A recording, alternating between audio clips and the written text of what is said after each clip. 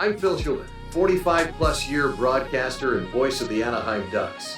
In the arena, we cheer for heroes. In the economy, we invest in them. National Invest in Veterans Week is about more than recognition. It's about action. And across the country, leaders are stepping up. In South Carolina, the General Assembly unanimously adopted a resolution recognizing National Invest in Veterans Week, uniting both the House and Senate to support veteran-owned businesses and their impact on the state's economy and communities.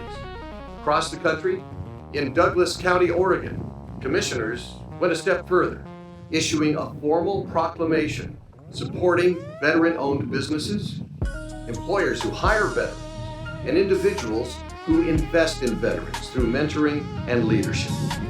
This is what leadership looks like. This is how you support those who serve. Follow their lead. Support veteran-owned businesses. Join the movement at nationalinvestinveteransweek.com.